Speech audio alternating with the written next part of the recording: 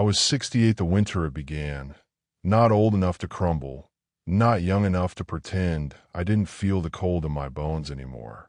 My house had developed a kind of echo since my wife died. The floorboards creaked differently. The refrigerator hummed louder.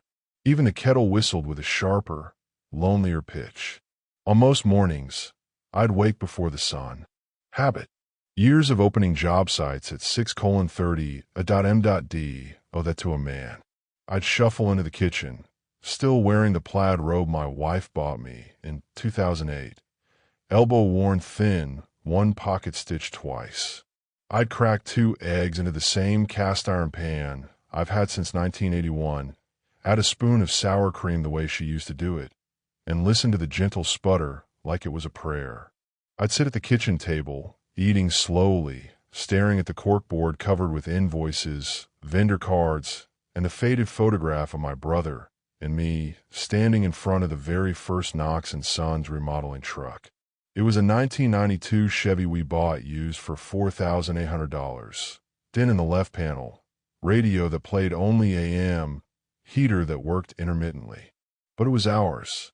I used to smile when I looked at that photo. But that winter, the smile stopped coming. Because the numbers on the invoices started to feel wrong, the same way the house felt wrong without her. My daughter-in-law, Lindsay, always knocked twice before entering my home. Not out of respect, but because she needed the dramatic pause. She arrived with perfume that smelled like expensive hotels and hair, so precisely arranged, I wondered if she slept in a helmet. "Morning, Dad," she chirped as she clicked across my kitchen tiles. "Still using that old pan? Evan and I could get you a non-stick one, you know.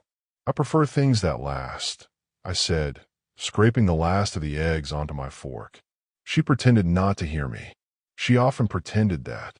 Lindsay had taken over the bookkeeping of my company 3 months earlier, waving her bachelor's degree in finance like a badge of divine qualification. Evan, my son, nodded along to everything she said, his head always a little bowed, like he was waiting for permission to breathe. She went straight to the corkboard, plucking off a vendor statement. "You didn't pay this," she said, not asking, just accusing. I frowned. That was set on auto debit. Should have gone through on the 15th. It didn't. She pursed her lips like a disappointed schoolteacher. "Dad, you really shouldn't handle finances alone anymore. You're mixing things up. Mixing things up." That phrase hung in the air like the smell of spoiled milk. I opened my mouth to contradict her, but she'd already swept the invoice into her leather folder like a magician hiding a card. "Don't worry," she said. "I'll clean the books." She said it with the tone of someone disinfecting a mess. It started small, like everything dangerous does. The lumber supplier called, asking why we were 2 weeks behind. I laughed genuinely. "Must be a mistake, Dan. We've never been behind in 30 years. Tom," he said, voice softening the way people do when they think you're failing, "the payment bounced." Bounced. The word stung.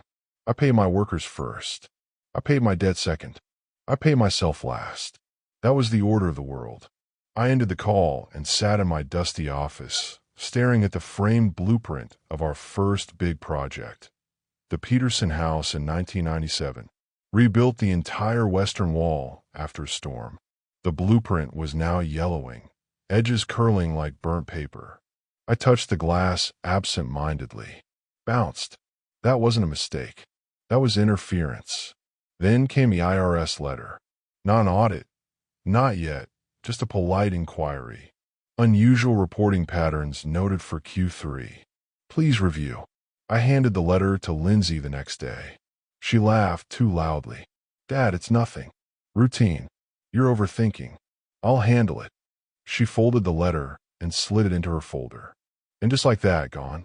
One Tuesday evening, around 8:15 p.m., I heard voices from the kitchen.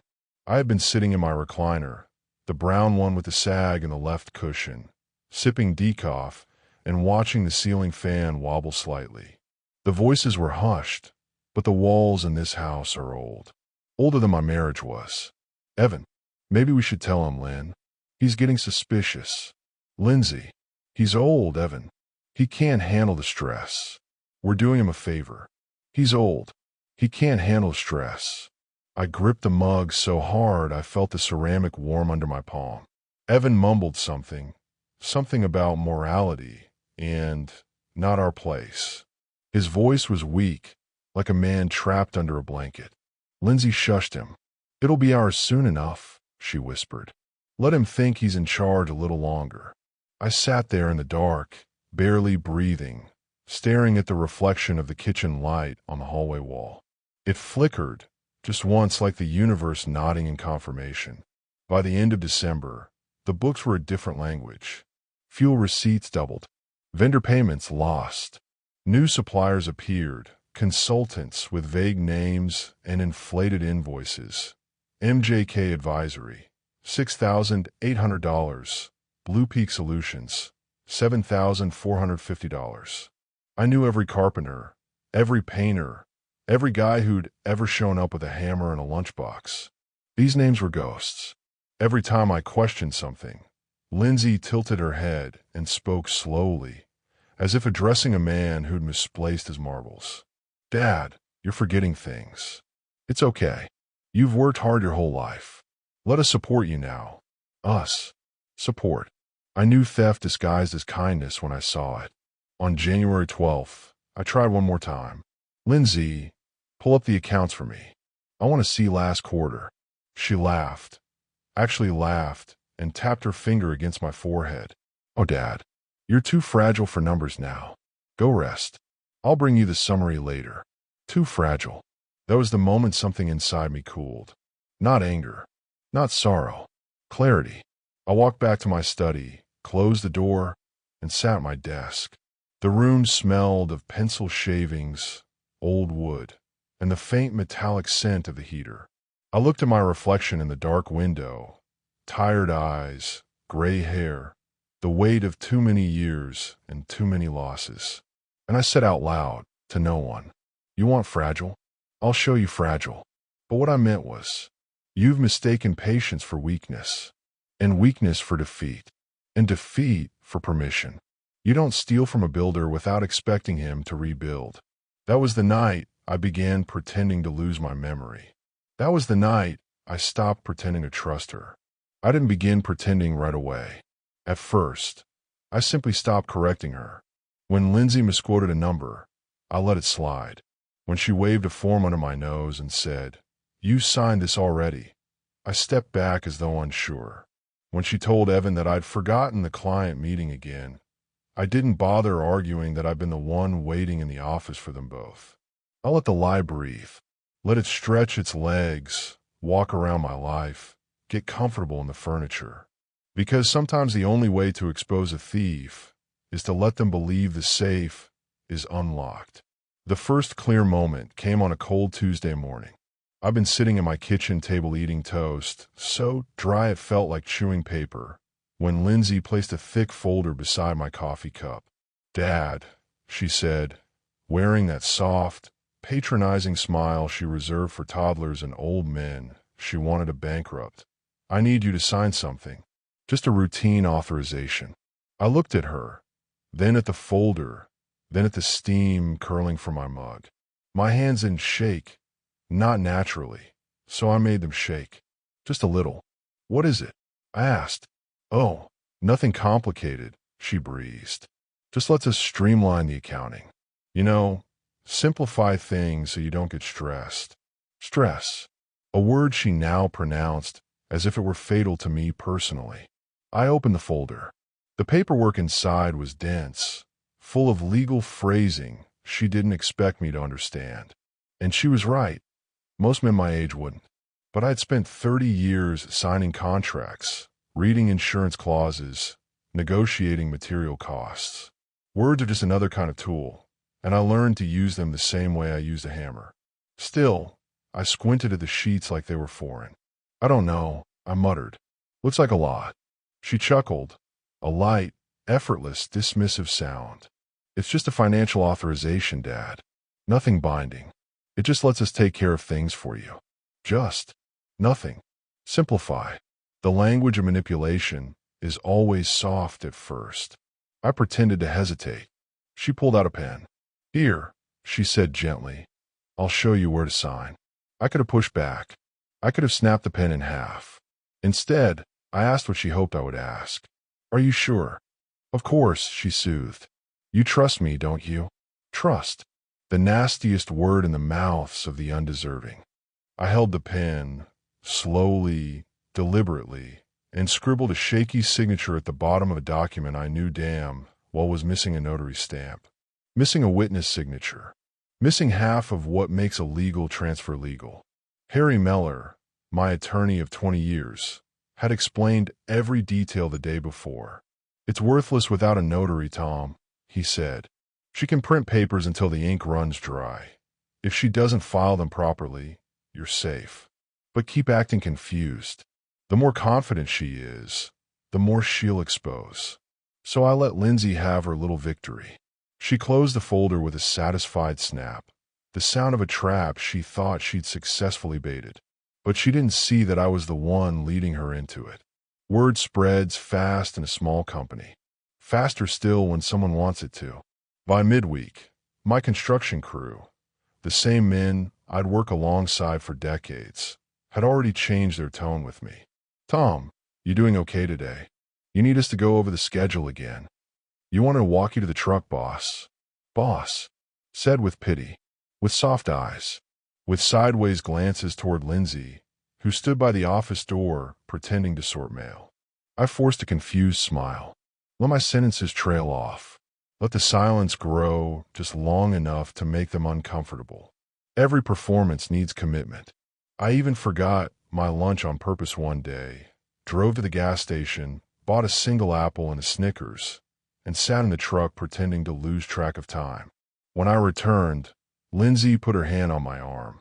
"You scare me, Dad," she said sweetly. "You shouldn't wander off like that. You always get turned around." Turned around. I laughed in my head, a quiet, private laugh. I'd been building homes in this county before she'd learned how to snap her fingers. But I lowered my gaze and mumbled, "I'm fine, Lindsay. Just got mixed up." Her eyes gleamed at the phrase. She wanted confusion. I handed it to her like a wrapped gift. The more senile I appeared, the more reckless she became.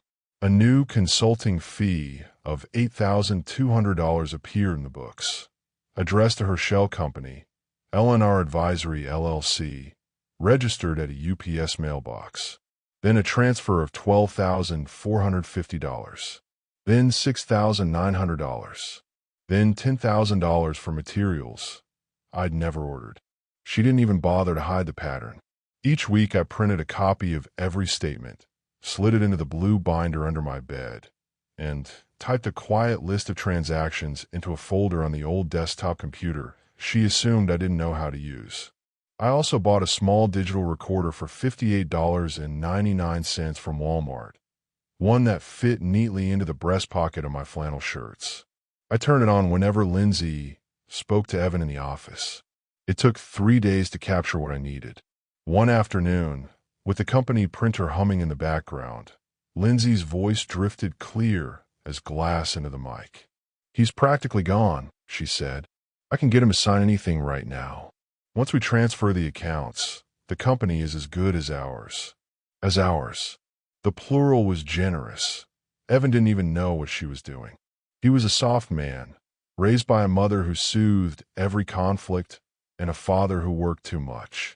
Lindsay saw that softness and sharpened it into a weapon. Still, he tried. "Lindsay, maybe we should slow down," he murmured. "He's my father." "He's a liability," she snapped. "And liabilities don't get to keep signing paychecks." I listened to that recording 5 times that night, then labeled it Exhibit A. People think theft is a single moment, a wallet lifted from a pocket, a signature forged, a safe cracked open. But real theft is slower. It's a drip, a gradual erosion, 1,000 small cuts dressed up as kindness. And I realized something important during those weeks of pretending to lose my memory. Lindsay had never seen me as a man. She saw a stepping stone, a means to an end, a temporary obstacle between her and ownership. And the worst thing you can do to a person like that is let them believe, truly believe that they've already won. So I made myself smaller, weaker, fogged. She mistook that fog for the weather of my mind. She didn't see the storm gathering behind it. I wasn't looking for a buyer. Hell, selling the company hadn't crossed my mind in years. Knox & Sons was more than a job. It was the spine of my adulthood, the thing that kept me upright after my brother died, after my wife died, after the house got too quiet and the mornings too long. You don't sell your spine, not unless something breaks. But sometimes life kicks a door open you didn't know existed. It was the last Friday in February, one of those gray Midwestern afternoons when the sky looks like wet cement and the air tastes like metal. I was in my office pretending to struggle with the copier. The same copier I'd fixed a dozen times before when my phone buzzed. Richard Badley. The name flashed like an old memory. Badley owned 8 automotive shops across the county. We'd remodeled 5 of them over the years. Good man. Straight talker. Paid on time.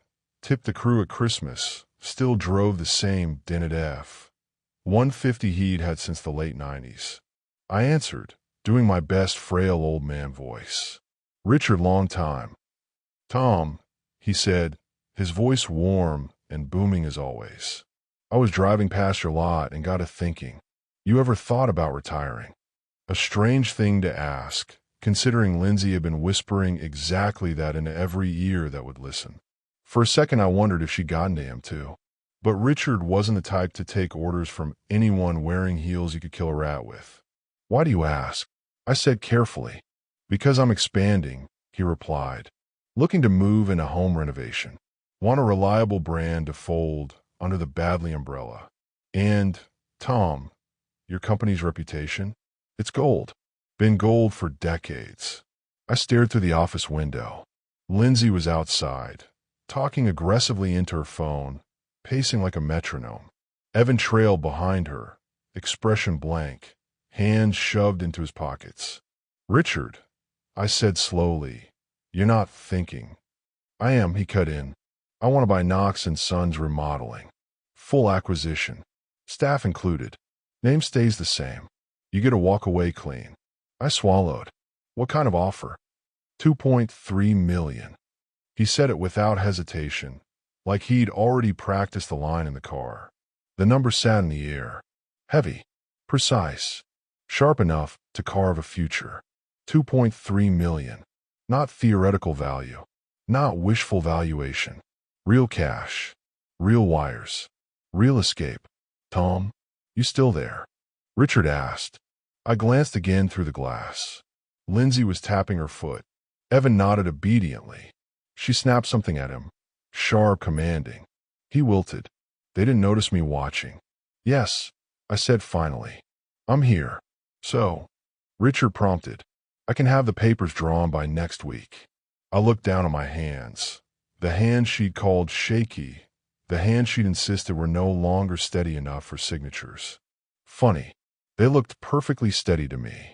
Send the paperwork to my personal email, I said. Not the company one. A pause. Richard understood immediately. Got it, Tom. We hung up. And for the first time in months, I let myself lean back in my chair. Not the slump posture of weakness I'd been performing, but the posture of a man who'd just been handed a crowbar to pry his life back open. Richard moved fast. By Monday morning, the contract was drafted, reviewed, and waiting in my inbox. I printed it on the office printer at 6:15 a.m., long before Lindsay would come in at 8. The contract was clean, bulletproof. My lawyer confirmed it by 9:00 a.m. It's a damn good offer, Tom, he said. And if you sign, you're done. Debt-free. Obligation-free. You can go wherever you want. Wherever you want. I didn't remember the last time anyone, including myself, had said something like that to me. I looked around my study that night. The blue binder of evidence under the bed. My late wife's ring on the dresser. The stack of lumber catalogs I still pretended to read. The quiet of the house pressing against the windows. Freedom is heavier than chains when you haven't lifted it in a while. Lindsay noticed something was off by Thursday. She had a sixth sense for changes she didn't control. She cornered me in the office kitchen, standing too close, the smell of her perfume thick enough to taste. "You seem distracted, Dad," she said. "Everything okay?" I blinked slowly, performing confusion. "Her favorite show. Just tired," I murmured. She touched my arm, not gently, but assessing like a nurse making sure a patient was weak enough to be compliant. "Well," she said brightly, "good thing you don't have to worry about the business anymore. I'm handling everything." "You're sinking everything," I thought, but I let my eyes drift away, unfocused, giving her exactly the illusion she wanted. "I'll take care of you," she whispered. A chill ran up my spine, not because of the promise, but because of how easily it came from her mouth, how utterly untrue it was. She didn't want to take care of me. She wanted me out of the way, without the social guilt of directly pushing. She wanted the throne. She thought I was too senile to guard it.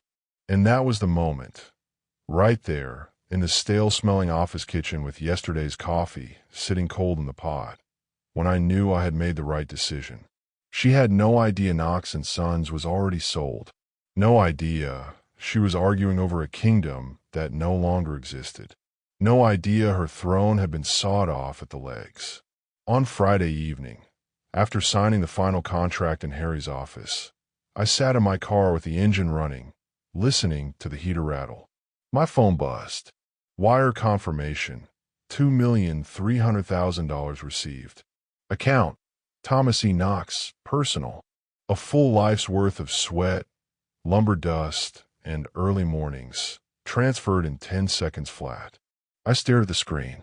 Lindsay's voice whispered in my memory. "You're too fragile for numbers now." Fragile. Funny word. I put the car in drive, headed home, and began making a list, a quiet, meticulous list of everything I would need to disappear. A small suitcase, a bus ticket, new P.O. box, new town, and 3 envelopes. One for Evan, one for Lindsay, and one for my wife. The last one was the hardest to write. I chose a Thursday evening for the reckoning. Not a dramatic Friday, not a sentimental Sunday. Thursday, the most ordinary day of the week. The day no one expects their life to split open like rotten wood. Lindsay suggested dinner. "We should have a family meal," she said that morning, her voice sugar-coated. "All 3 of us. You've seemed overwhelmed. Let's reconnect." Reconnecting was not what she intended. She wanted one last push, one final chance to corner me into retiring, sign whatever fake paperwork she had prepared, and hand her the keys to a kingdom that was no longer mine to give. I agreed. Of course I agreed. You don't spring a trap without bait. I cooked the meal myself. Roast chicken with lemon and thyme. Mashed potatoes with too much butter. Green beans sautéed with garlic.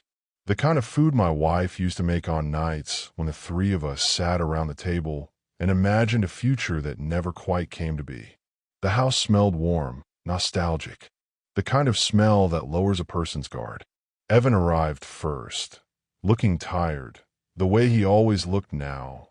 Shoulders curved inward, eyes dulled, as if years of agreeing with Lindsay had worn his spine down into something barely holding shape. "You doing okay, Dad?" he asked, hugging me with one arm. The hug of a man who wants affection without commitment. "I'm all right," I said. "Sit down. Dinner's nearly ready." Lindsay arrived exactly 12 minutes later. Punctuality was her form of dominance. She liked to pretend she set the tempo of every room she entered. She breezed in, kissing the air beside my cheek. "Smells delicious," she said. "Must have taken a lot out of you." There was the jab, always disguised as concern, always aimed 2 inches below the ribs. I smiled gently. Not too much, but inside I felt electric. Steady, dangerously steady. We ate in near silence at first. Only the clink of silverware and the low whir of the heating vent filled the room. Then Lindsay cleared her throat, the prelude to one of her monologues. "Dad," she began, slicing her chicken with exaggerated care, "we need to have a serious talk. I know it's uncomfortable, but this can't wait." I nodded, letting her play her part. "You've been struggling," she continued. Everyone can see it. You forget invoices, you misread numbers, you wander off. I wander off, I repeated softly, as if perplexed. She smiled, slow, victorious. It's okay. Truly. But you're not the man you used to be. This business, it's too much for you now. Evan and I have talked, and we think it's time you step back. Fully. Evan swallowed hard, guilt flickering across his features. I looked at him, not with anger, with sadness. He lowered his eyes. Lindsay reached for her leather folder. The same one she carried everywhere. The same one that swallowed invoices, IRS letters, receipts that never returned. She slid out a packet of papers. Here, she said, placing them in front of me. I simplified everything. This authorizes us to handle your accounts, finalize payroll, communicate with the bank, file taxes on your behalf. After signature, of course, she added, tapping the line with a manicured nail. I stared at the papers as if they were a foreign language. Lindsay, I said quietly, are you sure this is what you want? Of course it is, she snapped, losing the softness for a brief, honest second. You can't keep running things. You'll ruin. She stopped mid-sentence. Because I reached into my own folder, the plain brown one I kept beside my chair, and placed it on the table. Slowly, deliberately. What's this? She asked, frowning. You should read it, I said. She snorted, but opened it anyway, expecting to see confusion or desperation. She did not expect what she found. The first page was a signed contract. A legally notarized, fully executed agreement with Badley Automotive Group. Under the signatures, mine and Richard's, was the number, $2,300,000. Wire confirmed. Lindsay's hand trembled. What is this? I spoke calmly, almost gently. It's the sale of the company, Lindsay. Knox & Sons Remodeling is no longer mine. She blinked rapidly, confused, then triumphant. So it's mine? You sold it to me. No, I said. I sold it to Richard Badley. Her mouth opened, closed, opened again like a fish pulled onto a dock. What do you mean you sold it? You can't just. Legally, I said. I could, and I did. Last week. She flipped through the pages, desperate, scanning for loopholes, inconsistencies, any sign she could still twist this in her favor. Then she hit the second section, a printout of her fake invoices, an itemized list of her transfers to L&R Advisory LLC, screenshots of her consulting fees, photographs of the vendor bills she altered, a transcript of her conversation with Evan in the office, the one where she called me practically gone and said she could get him to sign anything. Where did you get this? She choked. I've been paying attention, I said. Her face twisted, the mask breaking. You tricked me, she hissed. You robbed me, I corrected softly. I just let you think you'd get away with it. She slammed her hand on the table. You can't do this. You can't sell my company out from under me. Your company? I repeated, raising an eyebrow. Lindsay, you never owned a single nail of it. Evan looked between us helplessly, guilt carving into his features. Dad, he whispered. I placed a second envelope in front of him. For you, son. When you're ready. Lindsay was still reeling, flipping through every page like a gambler who couldn't accept the loss. It's not legal, she shrieked. It's not valid. That authorization you signed was never notarized, I said. Not witnessed. Not filed. Legally worthless. Like everything you try to forge. She stood abruptly, chair scraping violently across the floor. You think you've won? She spat. You think you can just walk away after humiliating us like this? I looked at her calmly. I'm not walking away from you, Lindsay. I'm walking away from the man you turned my son into. Silence. Even the refrigerator paused its hum. Then I stood, collected my folder, and nodded once, small, final. Dinner was lovely, I said as I walked toward the door. Thank you for coming. I left them in the kitchen, Lindsay shaking with rage, Evan staring at the table, and the papers lying between them like an open wound. Outside, the night was cold, sharp, clean, and for the first time in a long time, I breathed freely. I left before sunrise, not because I was afraid of confrontation. That part had already passed, but because leaving in daylight felt too personal, too dramatic. Dawn has a cleaner kind of silence. It lets you slip out of life the same way you close a door, gently, so it doesn't rattle the frame. The house was cold when I woke. It always was before the furnace kicked on at 6:00 a.m. But that morning the chill felt different, fresher, almost invigorating. I brewed coffee in my old percolator, the metal rattling faintly, like it was rooting for me. The kitchen smelled exactly like it had the day I bought the place. Burnt toast would polish, the faintest hint of citrus from a long-ago cleaning spray. By 5:40, the coffee was in my travel thermos. My duffel bag was zipped, and I'd folded 3 letters neatly on the dining table. One for Lindsay, one for Evan, and the last, a letter I'd spent 3 hours writing the night before, for my wife. Her letter wasn't long, just a single sheet of paper, written in the steady handwriting she always admired. It said what I needed it to say. I'm finally leaving a place you would not have survived. I'm starting where you would have pushed me to go. I'm sorry it took me so long. I placed it under the silver-framed photo of her on our wedding day. She was smiling so wide the corners of her eyes crinkled, a strand of hair blown across her cheek by a breeze neither of us remembered. I touched the frame once, a small goodbye to the life we built, then turned the lights off. The house darkened behind me. I didn't look back. The envelope for Lindsay, I didn't put in the mailbox. I taped it to her office door at the company she believed was hers. It wasn't a letter so much as a ledger.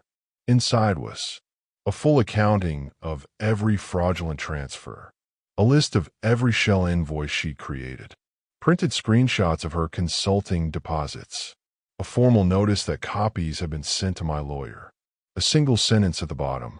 If you contact me again, this goes to the police. Try sweeping floors next. At least those books can't be cooked. People like Lindsay don't fear moral judgment. They fear consequences printed in black and white.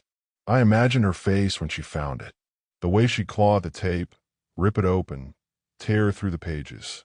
The way she'd scream, not out of guilt, but out of losing something she thought she deserved. That alone almost made me stay to hear it. Almost. The envelope for Evan. I left his on the kitchen counter at his house, placing it carefully beside the sugar jar he always forgot to close. It was thicker than Lindsay's, not with evidence, but with something far more dangerous. $50,000.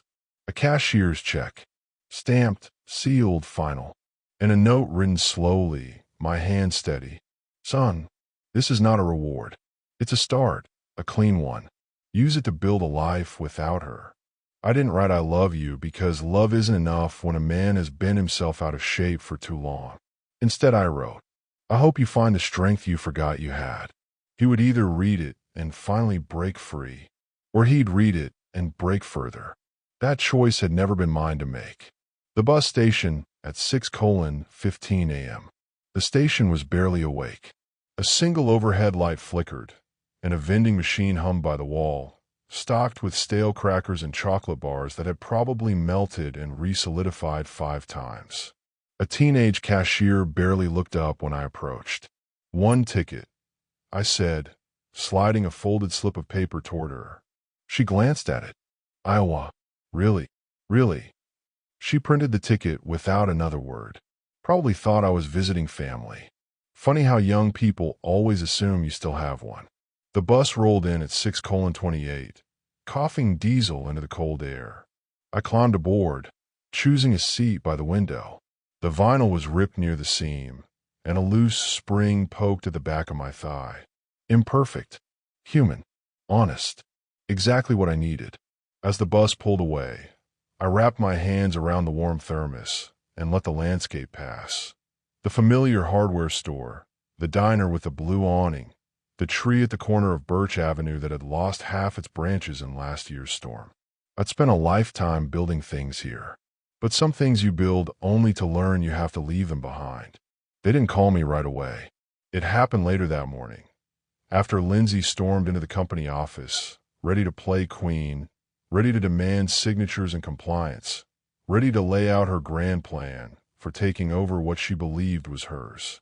Instead, she found the tape on her door, found the ledger, found the legal wording she couldn't twist or manipulate, found the truth she thought she had buried under forged invoices. An hour later, she realized the bank accounts were frozen. Every account she had quietly siphoned from, every channel she had redirected, every login she had stolen from me. Evan called me first. He didn't leave a voicemail, just called, hung up, called again. Then Lindsay tried. She left exactly one message, shrill and desperate. Tom, you can't do this. You don't understand what you've done. We can fix this. Just call me back, please. I didn't. I turned my phone off and slipped it into the seat pocket. The bus rolled forward. Wind rattled the window. A child, too, rose back, laughed at something on a tablet. Life moved on, unbothered. And for the first time in years, I wasn't burdened by a company, a manipulator, or the lingering, relentless ache of pretending to be weaker than I was. I was simply a man leaving. And that was enough. The last letter. I opened my wife's letter again. Read it slowly, folded it neatly, placed it back into my jacket pocket, right over my heart. She would have approved of this. Not the chaos. She hated chaos, but the resolve, the boundary, the quiet reclaiming of a life stolen not by enemies, but by family who thought entitlement was a birthright. The bus crossed the state line. The sun rose a little higher, and the past, for once, stayed behind me instead of crawling at my heels. I didn't know what waited in Iowa. A small rented house, a modest pension, a dwindling tool set of simple routines, maybe even peace. But I knew one thing. I had disappeared from the life that was killing me, and for a man my age, that is a far more powerful thing than revenge. It is freedom. The house I rented in Iowa wasn't much to look at, and that was exactly why I chose it. A single-story place with chipped blue paint, a sagging porch railing, and a roof that made a soft popping sound when the sun hit it in the afternoons. The landlord, a wiry man named Art, apologized 3 times for the creaky floorboards. I told him not to fix a thing. After the polished, sterile world Lindsay tried to build around me, I wanted creaks. I wanted imperfections. I wanted a home that sounded alive. Inside, the living room smelled faintly of old newspapers and lemon cleaner. The furniture didn't match. The sofa was a faded green floral print, the armchair a dusty burgundy. The radio on the side table looked older than I was, but when I turned it on, it crackled to life with a country station out of Des Moines. It felt good. Too good. Suspiciously good. My first night there, I made myself a simple dinner. Pan-fried potatoes, a fried egg, a slice of buttered toast. Nothing special, but everything honest.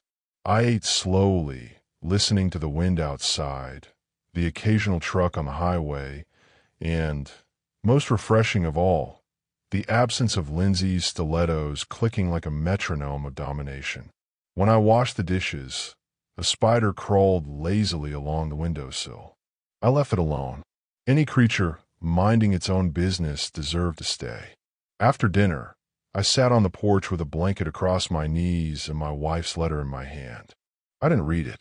I just held it, let it warm under my palm. Sometimes words don't need to be repeated, just acknowledged. The river behind the house made a soft, continuous shushing noise, like it was trying to hush the whole world. For the first time in decades, I slept 8 uninterrupted hours. A routine that belonged to no one but me. 3 weeks passed quietly. Not the dull, kind of quiet, the restorative kind. I woke early because I wanted to, and not because paperwork waited for me. I made eggs in a cast-iron pan I bought at a thrift store for $6. I opened the windows even when it was cold, just to feel the air. I walked to the local hardware store every other day, sometimes for wood screws, sometimes just for conversation. You new in town, The cashier asked once, not out of suspicion, but out of genuine small-town friendliness. Kind of, I said. Just looking to keep busy. That was all he needed to hear. The next morning, the store manager asked if I wanted to help out part-time, stocking shelves, giving advice to younger customers, repairing the odd piece of equipment people brought in. It wasn't real work. It wasn't building homes. It wasn't Knox and Sons. But it was simple and honest and mine. I took the offer. The first time I helped a teenager pick out a starter toolkit, he thanked me 3 times. I almost laughed. I'd build entire editions for people who never thanked me once. Funny how gratitude thrives where entitlement hasn't poisoned the soil. Evan's letter. He didn't call. He didn't beg. He didn't scream. A simple envelope arrived instead, postmarked 4 days after I left. His handwriting was shaky, the same handwriting he had at 12 when he signed his first school permission slip. Inside was a single page. Dad, I don't know where you went. I don't know if you want to find you. But I read your letter. All of it. And I'm sorry I didn't see things sooner. I'm sorry I didn't stand up. To her. To myself. To you. I'm trying now. I hope that counts for something. Evan. I sat at the little wooden table in my kitchen, the letter open, my coffee cooling beside me. Did it count? Did intentions make up for years of silence? Part of me wanted to say yes. A bigger part wanted to say it wasn't my question to answer. I wrote him back 2 days later. Son, it does count, but not all at once. Take your time. Heal your life. Stand on your own legs for once. If you ever get to where you want to be, not where someone else pushes you, then write me again. Dad, I sent it without an address for return mail. Some doors need to stay half open for a while. Lindsay's fallout. News travels, even across state lines. A former co-worker emailed me after a month. Just a short note. Tom, you should know. Lindsay tried to contest the sale. Police came. Lawyer shut her down in 5 minutes. She doesn't come by the office anymore. Thought you want an update. I read it twice, folded it neatly, and dropped it into the trash. Lindsay wasn't my story anymore. You don't carry poison with you just because you got used to the taste. River talk. By late March, I had a ritual. Every evening, just before sunset, I walked down the small slope behind the house to the river's edge. The water there moved slow, thick with silt. Birds dipped into it.